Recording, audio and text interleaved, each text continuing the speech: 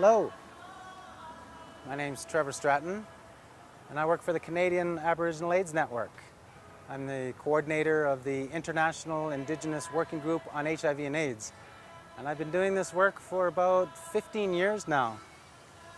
It was in 1999 when I went to an annual general meeting of the Canadian Aboriginal AIDS Network, and I had just gotten sick with AIDS. I got really sick with AIDS. And when I was there, there was a healing circle of Indigenous people, Aboriginal people. There were men and women, there were gay people, there were grandmothers, there were medicine men, and there were babies.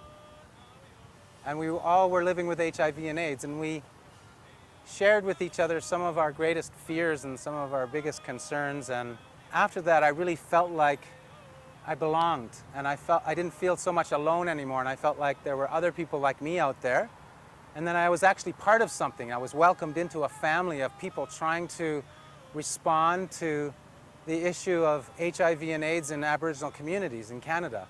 So I started to do talks in my own First Nation to whoever would come, and I went to other First Nations where I was invited to tell my story about living with HIV and AIDS, and that led to work on, it led me to get involved with other organizations like the Canadian Aboriginal AIDS Network, like Two-Spirited People of the First Nations, like the Ontario Aboriginal HIV/AIDS Strategy, and also to the Ontario First Nations HIV/AIDS Education Circle.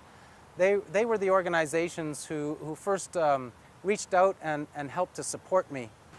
It really was a learning curve for me, you know, starting out by telling my story, joining boards of directors to bring the experience of an Aboriginal person living with HIV to the, to the governance of an organization. But then I also joined non-Aboriginal organizations too, because they need to learn some of the best practices and the experience of Aboriginal people living with HIV and AIDS too, because some Aboriginal people don't go to Aboriginal services, they go to non-Aboriginal services. So I've gone from being an isolated Indigenous person living with HIV/AIDS with no connection to my community and no connection to the HIV response, to being invited to help give advice to UNAIDS. And this is the first time where Indigenous people are at the table internationally at UNAIDS. They have a representative living with HIV and AIDS, bringing lived experience to the UNAIDS Program Coordinating Board. Part of my healing, and the people that I work with, the other Indigenous people I know living with HIV, part of my healing and what made me feel better and more healthy is getting to know myself as an Aboriginal person.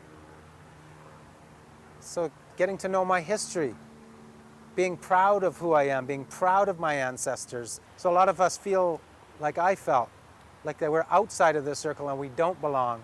And it was being welcomed into a traditional healing circle with other Aboriginal people that made me feel like I belonged. And that was really important to my health and to my future. So I could see a future, I could see my future and growing as an Indigenous person and being proud of it.